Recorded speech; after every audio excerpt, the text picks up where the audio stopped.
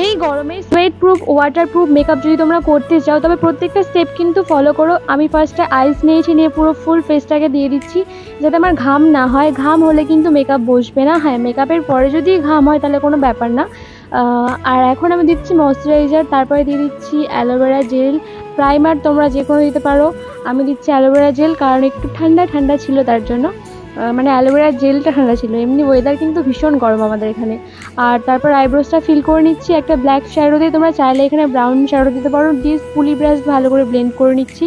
নেওয়ার পরে আমি আমার আইব্রোসটা ভালো করে আমি ফাইন্ড আউট করে নিচ্ছি কনসিলার দিয়ে। এটা সুইস বিউটি, তোমরা অবশ্যই একটা ভালো একটা কনসিলার নেওয়ার চেষ্টা করবে। আর এখন 150-200 টাকার মধ্যে যে প্রোডাক্টগুলো না সেগুলোই ওয়াটারপ্রুফ হিসেবে চলে আসে। আর এখন আমি সেট করে নিচ্ছি, তারপর আই মেকআপটা স্টার্ট করছি। আই মেকআপটা একটা অরেঞ্জ কালার শেড দিয়ে বেসটা করেছি। তারপরে কাট ক্রিজ করার জন্য আমি আউটলাইনটা বের করে নিচ্ছি, মানে গাইডলাইনটা বের করে নিচ্ছি। দেখতেই পাচ্ছ আমি কনসিলার দিয়েই কাট ক্রিজটা করছি, হালকা করে করে নিয়ে একটু ভালোভাবে সেট করে নিলাম। সেট করার পরে আমি দিয়ে দিচ্ছি একটা ইয়েলো কালারের গ্লিটার শেড। এই গ্লিটারটা বেশ গ্লসি। আর ভিডিওটা অনেক ছোট করেছি যাতে তোমাদের দেখতে একটু বোরিং না লাগে। তোমরা কিন্তু যে কোনো ব্র্যান্ডের প্রোডাক্ট দিয়ে মেকআপটা করতে পারো। আর তারপরে দিয়ে দিচ্ছি ফাউন্ডেশন। আমি সুইস বিউটির ফাউন্ডেশনটা নিয়েছি, তোমরা যে কোনো ফাউন্ডেশন নিতে পারো তোমাদের পছন্দ মতো। একটু ভালো মানের নিলে আমার মনে হয় খুব ভালো হবে মেকআপটা। তারপরে ভালোভাবে আমি কন্ট্রোল করে নিচ্ছি। আমি ক্রিম ব্লাশ দিয়ে দিয়েছি, ক্রিম ব্লাশটা খুব সুন্দর করে ব্লেন্ড করে নিয়েছি ভেজা বিউটি ব্লেন্ডার দিয়ে। তারপর ভালো করে পাউডার দিয়ে মেকআপটা সেট করে নিচ্ছি।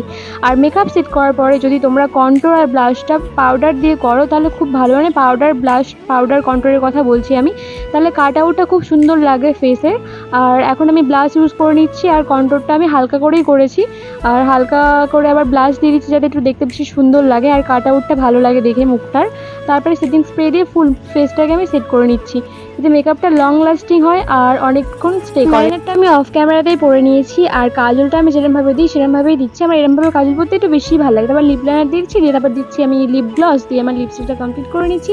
ব্যাস, আমার মেকআপ লুকটা এখানেই ডান। চলো আমার ফাইনাল লুকটা তোমরা দেখে নাও একবার।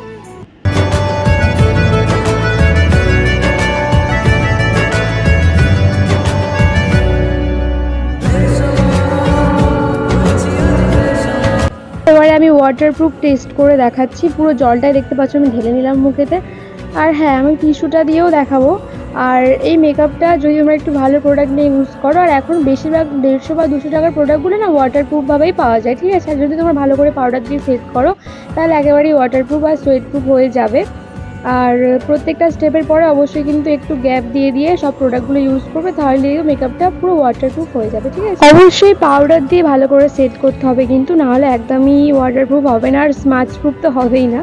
তো দেখতেই পাচ্ছ টিস্যুতে কিন্তু কোনো রকম মেকআপ আমার উঠে আসেনি। চলো আজকের মতো ভিডিওটা এই পর্যন্ত, দেখা হচ্ছে নেক্সট ভিডিওতে।